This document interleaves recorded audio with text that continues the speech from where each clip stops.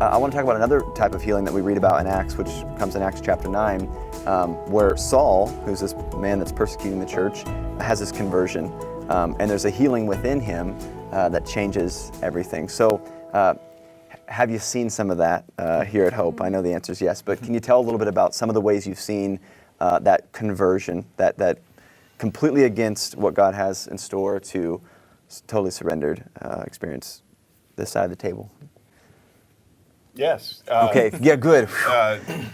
Countless times, over and over. It's the norm, and it's not the norm because Hope is so great. It's the norm because the Holy Spirit is so great. And if we do anything well, it's that we do everything possible to set our sails to the wind of that Spirit, so that the boat's going to move. And when it moves, people want to be a part of that. And they want the light, they want the love, they want the grace, they want the peace, and only God can give that. So combining a couple of stories, the look at this part of the story of the physical healing is really the followers of Jesus, which is all we are as the church, telling the world, don't miss this. Imagine the actual scene. So here's a guy who's not healthy, who needs to be healed, who longs to be healed anyway, sitting at the temple, and there's all this, movement around him, and there's noise, and there's chaos, and there's distraction. And so for the followers of Jesus to say, look at us, for Peter to say, don't miss this. Hear the good news. Hear the good news that God can heal, that God can bring new life, that God can bring forgiveness. That's our role as the church, is to proclaim that good news. And when we do, like Isaiah says, when the word goes out, it doesn't come back empty. Right, and that's what we see over and over and over again. Right from the start at Hope, there was a guy who was who was active in our church family now and has been for almost 20 years. But when I met him, it was at one of my kids when they were little, his birthday party at a park. His son was having a birthday party. My kids were there, and all the parents showed up. And he told me proudly, I'm an atheist, and I don't know why you guys do what you do. And I'm like, okay, look at us. Yeah, exactly. Look at what God has for you. And long story short, the Holy Spirit got a hold of him, turned his life around, brought him to faith. Atheists become believers, and it isn't unusual, and it isn't that wild of an adventure when you believe that God is still active and alive in the world, and we do. And it's interesting to me to put the two stories next to each other.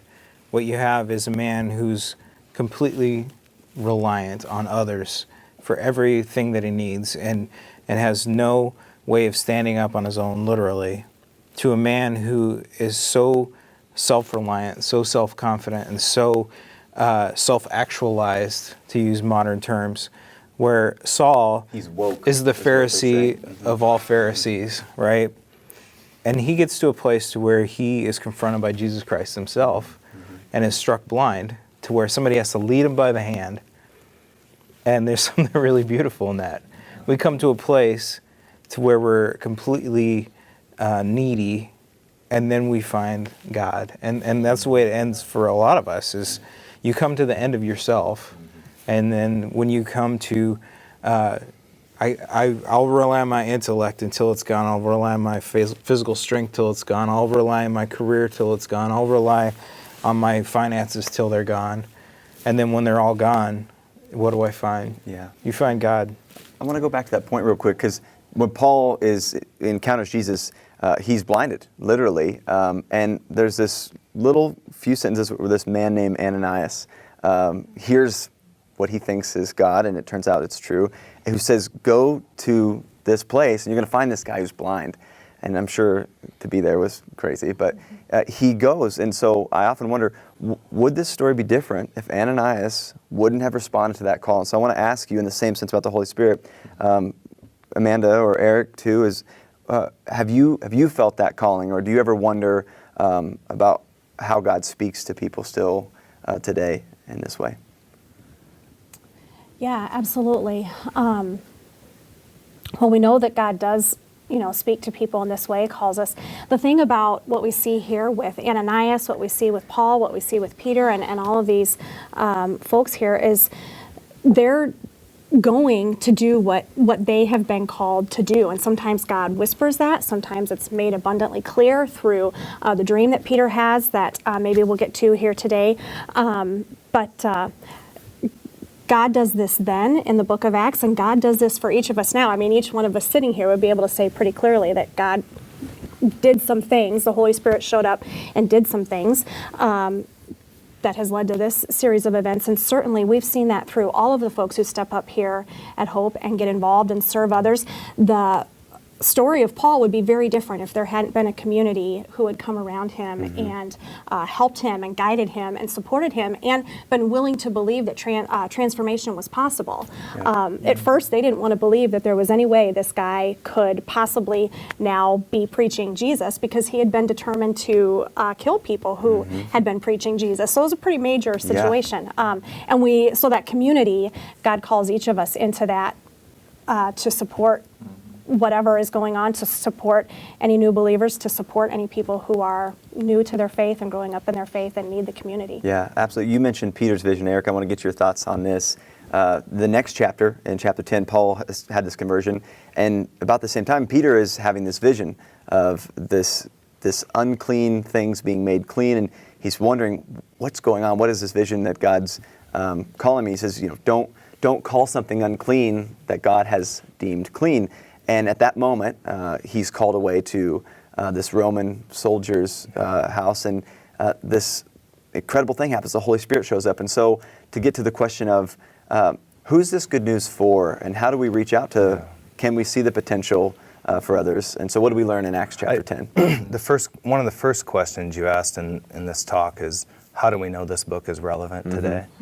And this piece of this story that you're talking about where they're trying to figure out what things are clean and unclean. Can they touch them? Can't they touch them? Kind of Old Testament law things. What's God approve of and doesn't approve of? And it's this group of people that are figuring out how to listen to God, how to experience God's inhabiting their life with His Spirit. And what's that for, and what are they going to do with it? And he starts really expanding this now with this story that they weren't to call anything clean or unclean that God hasn't identified for them anymore, because he's getting them ready to let the Spirit light these people up as witnesses to the end of the world, to speak to what would have been the Jews and the Gentiles, and just erase all the boundaries and barriers. And it's you start talking and reading these stories, and it's how much more relevant could a book of the Bible be in our mission as the church? I mean, now my hair is up. That's exciting, to be. And they were trying to figure that out, just like we're trying to figure that out today as to what do we lean toward, and how do we set our sails to the wind of the Spirit, and where's He calling us to serve and love the world around us? It's exciting. Yeah, it is. There's a conversation I've had with multiple people, and that's the kind of thing you need to pay attention to. And they've said almost verbatim the same thing. They said, when I first walked in the door here, I thought for sure a lightning bolt was going to hit me. And it's just by coming back, coming to be in the building. Yeah. They're like, I am not a church person. I'm not somebody that could ever be a church person. I'm not somebody that could ever be worthy to stand in a holy place or be around the holy people or do the holy things.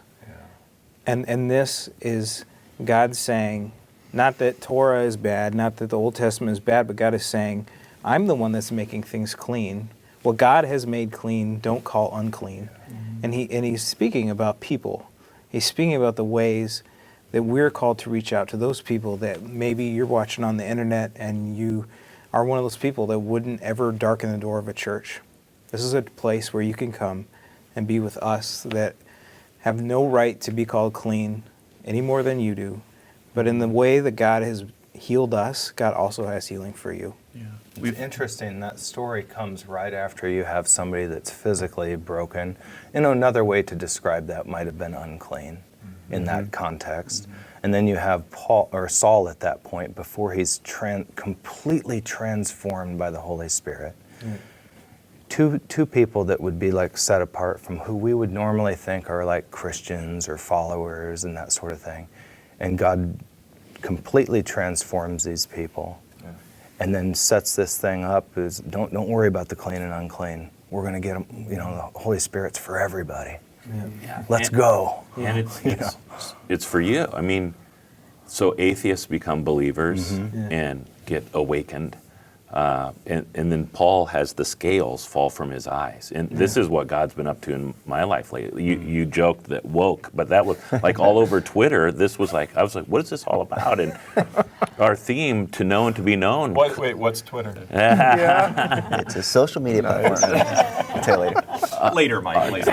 Our theme, The guy to know who and gets to way be more known, retweets than me, yeah. from 1 Corinthians 13 also has that now I see in this cloudy mirror, I can't see very well, but a point is coming when I'm going to see better, more clearly. I'm going to be awakened. And so the other great thing the Holy Spirit does is take legalistic people like Saul and get them to become grace junkies, and does the same thing for me. And what's Luther's language? Everyday conversion. So every day there's this new sort of possibility for what have I not been seeing that God's going to wake me up to. And that's why it's so fun to change my preach life. Acts, because there's the stuff that happens that are the stories on the surface, and those are good enough just as they are.